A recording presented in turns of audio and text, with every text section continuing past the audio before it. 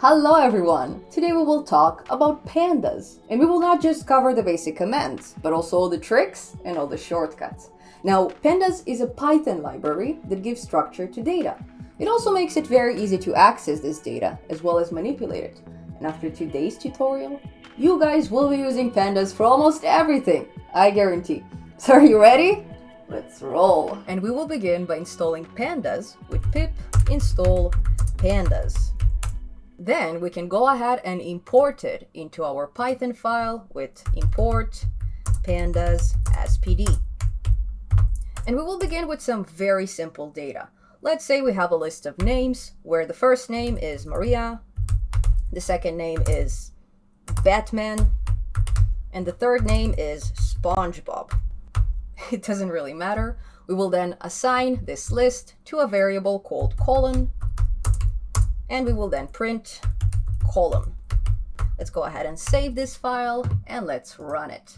Now, whenever we print a Python list, all we get in return is a bunch of plain text with no special structure. And this is where pandas comes in. So let's take this list and let's insert it into something called a data frame. We can do this right below our column definition. We will type pd.dataframe with a capital D and a capital F, and inside a set of round brackets, we will pass our column list. Then let's go ahead and assign this expression to data, and then instead of printing column, we will print data. Let's save it and let's rerun it. And there you go.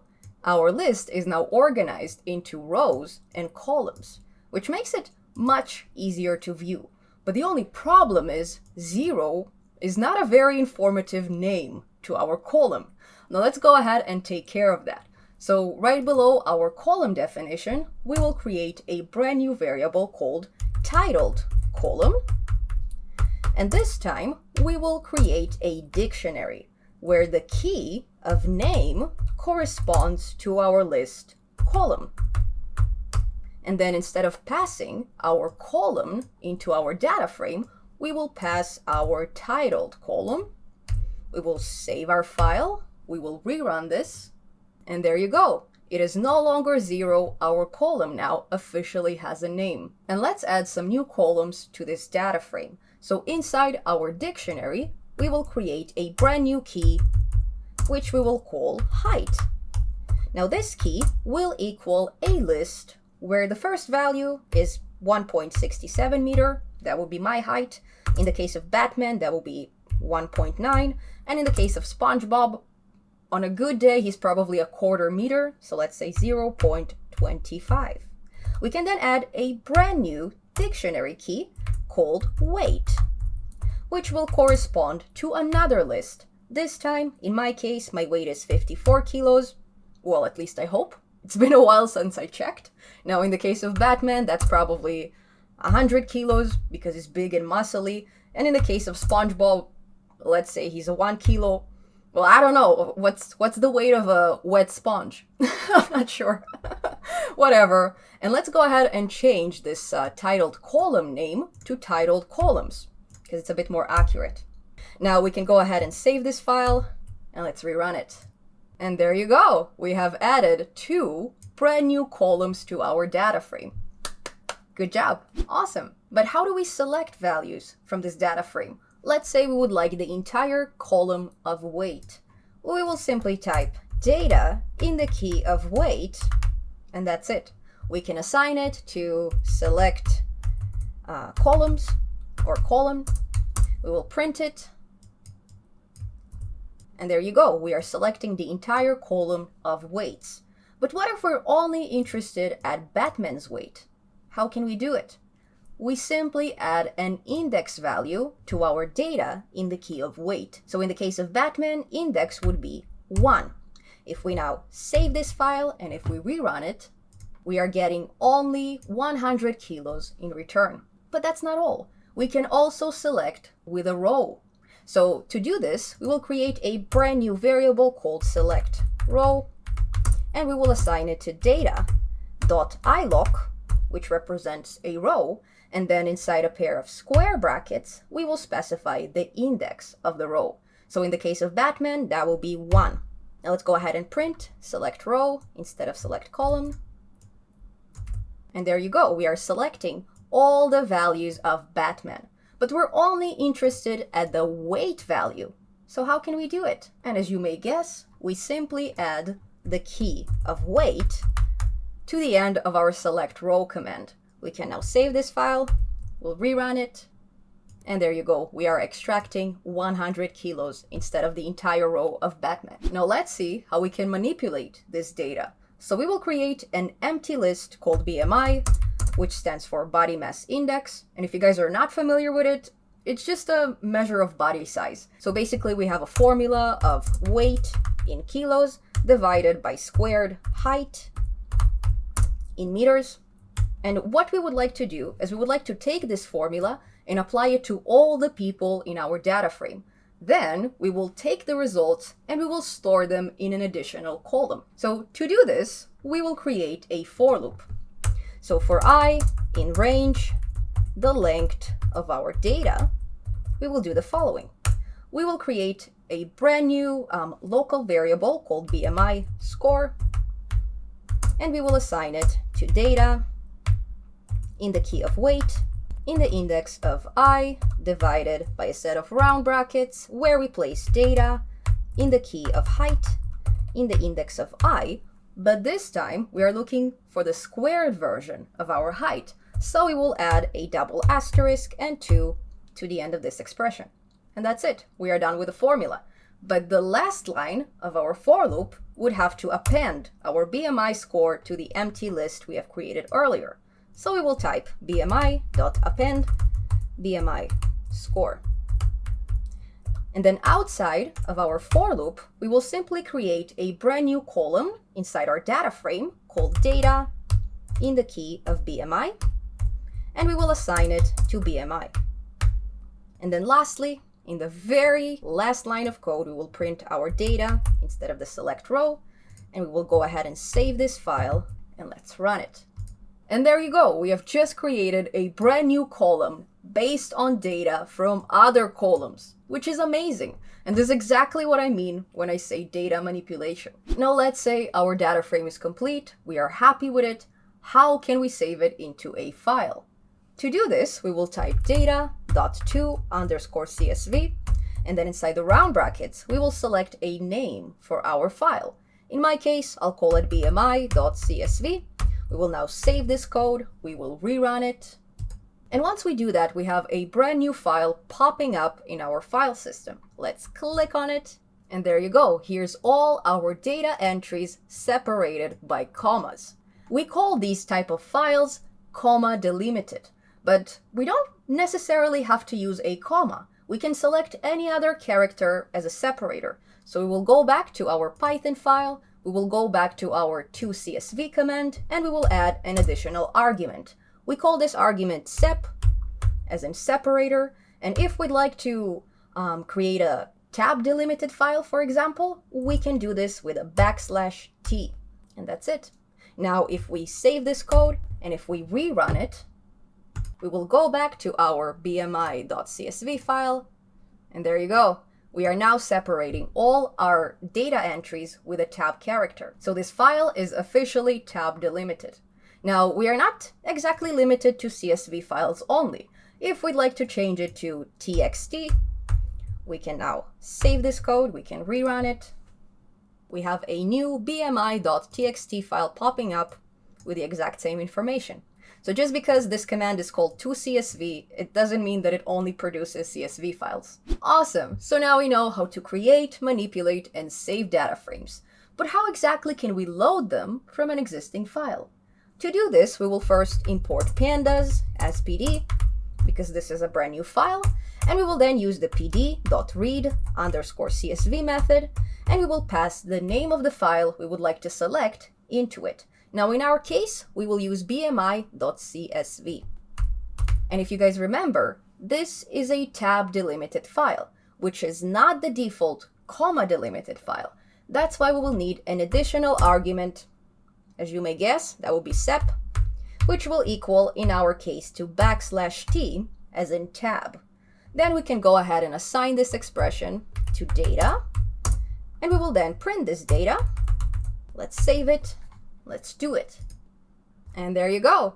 Here's our list of data from the previous file, which we have loaded from bmi.csv. Now, if you'd like to get rid of this unnecessary column, we can simply go back to create a data frame. We'll scroll down, and whenever we save our file, we will specify index equals false as an additional argument. And now when we rerun this file, we can see that our unnecessary column is gone as well. But what if, instead of a CSV file, we would like to load a database file? For example, our GTA database from the SQLite tutorial. In that case, we will first import SQLite 3. We will then connect to the database by typing connection equals SQLite3.connect. And inside the round brackets, we specify the name of the file. In our case, that gta.db. And then, right below, we will simply use the pd.read_SQL method, to which we will pass the SQL command of our choice. In my case, that would be select all from GTA, where GTA represents the name of the table inside the database, not the name of the database. In our case, these two just happen to match. But yeah, keep that in mind. And as a second argument, we will also need to pass our connection variable, so connection, and that would be the connection to our database itself. Now, we can assign this expression to GTA data, just so we don't get confused, and we will then print this data. So print GTA data. Let's save it. Let's run it. And there you go. That looks quite familiar, eh? Now, we don't always have to print the entire data frame. Sometimes it makes more sense to print only the first 5 rows. We can do this by specifying GTA data.head and a set of round brackets as well. We can now save this code, we can rerun it, and we are only printing the first 5 rows. If we'd like to print the first 2 rows, we will simply specify the number 2 inside our empty set of brackets from earlier. And there you go, we are only printing 2 rows. Now, what if we want to print the last 2 rows? We will simply replace head with tail. We will save it, and there you go. We are only printing the last 2 rows. So whenever we do not specify a number inside tail or head, we are going back to the default 5. And this comes very handy when you're dealing with enormous amounts of data. Alrighty, now let's go ahead and filter our data frame entries. Let's say we only want to select the rows where the city equals Liberty City. We can simply do this by typing GTA data and opening a set of square brackets. And then inside the set, we will type GTA data in the key of city, that it must equal to Liberty City. Now, with the first instance of GTA data, we are specifying a filtering command. With the second instance of GTA data in the key of city, we are selecting an entire column. And if the value that is found within the column equals Liberty City, only then this command returns the entire row. So let's see how it works. We will assign this expression to filtered row, and we will print it right below. And we are getting 2 different data frame rows in return. Both of them are happening inside Liberty City. Perfect. Now, what if we want to replace every instance of Liberty City with New York? How can we do it? So right below our filtered row command, we will create a brand new variable called replaced underscore city. Let's call it that way. And we will assign it to GTA data.replace. And inside the round brackets, we first specify the string we would like to replace, in our case, Liberty City. And next to it, we specify the string we would like to replace it with, in our case, New York. And now if we go ahead and print replaced city instead of filtered row, we are getting our data frame where every instance of Liberty City is now equal New York. Now let's remove some data. So let's say we would like to get rid of the entire city column. Well, we can do this by typing GTA data.drop, And inside a set of round brackets, we will specify city, as well as an additional argument, which would be axis equals 1. So axis 1 is our columns and axis 0 is our rows. We can assign this expression to remove column, and we can then print it. And there you go, our city column is gone. Now what happens if we want to get rid of 2 columns? So let's just copy this release year, column name, and then instead of passing a string into our drop command, we will pass a list of strings, which includes city and release city. Now, when we rerun this code, we are only getting our release name as a result. Okay, so this is very handy. But how can we get rid of rows? So right below, we will create a brand new variable called remove row, and we will assign it to GTA data.iloc, which represents rows, if you guys remember. And then as index, we will select all the values starting from row number 1, which is our second row, and ending at row number 4. Now let's go ahead and print this remove row variable. And there you go. We are only selecting the second, third, and fourth row, and that's it. Now, one thing I forgot to show you is how to add new rows to our data frame. So this is actually quite annoying, and I am yet to find a good shortcut here. So if you have one, definitely let me know in the comments below. So what we'll do is we will create a new variable called row. We will assign it to a dictionary where the first key would be release year. And this has to be 100% matched to the name of our column. Otherwise, it's not going to work. So we will assign this dictionary key to 2021. And then our next key, as you may guess, would be release name. And in our case, that would be natural vision evolved, which is not an official GTA release. You didn't miss anything. This is a GTA mode. I've been playing it for quite some time. It takes my GTA 5 and it turns it into GTA 6. It has ray tracing technologies. It's insane, okay? So the last dictionary key would be our last column, in our case city, and that would be Los Santos, or actually Los Angeles. Now let's go ahead and add this row into our data frame. So we will type GTA data.append, and we will append our row. Now as a second argument, we would also specify ignore underscore index equals true. And then just in case, we will reassign this append command to a new variable called new row data. Let's then go ahead and print it. And we can see our brand new row entry was added at the very, very end of our data frame. And the last trick for this tutorial actually came very handy just in the past few days. So imagine you're organizing a code jam and you're asking people to fill up a form.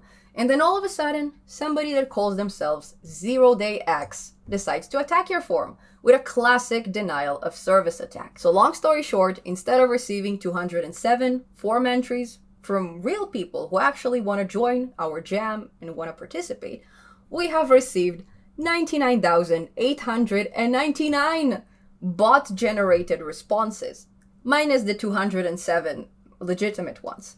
So how exactly can we get rid of the bot entries without getting rid of the human entries? There's actually 2 ways. We can either do it the long way, we can make a for loop, we can iterate over each of our data entries, we can evaluate some data, and this will take quite some time and it will take up quite some resources. Or we can use the Pandas drop duplicates method. So right after we load our CSV file into a data frame called jam data, we will type jam data.drop underscore duplicates. We will open a set of round brackets where we will pass an argument of subset, which will equal to a list where we include the name of the column from which we'd like to get rid of all the duplicates. So for example, we will go back to our data. We see that all the entries of 0day_X, they have the exact same name, which is a great feature we can target. Now, if we scroll up, we need to look for the column name in which this 0day_X lives. In the case of my particular form, that would be the name/nickname optional column name. We will copy this and we will paste it inside our Python file within the subset. Now let's just go ahead and reassign jam data to gem data drop duplicates. Now let's save it. Let's rerun it. And that's it. 0-day X is gone. Wah, wah, wah. Now I have 2 additional Pandas tricks with their very own tutorials. So definitely check out the read HTML method, which allows you to web scrape HTML tables like this. It's insane. And there's also the plot method, which allows you to create graphs and charts from your data frames.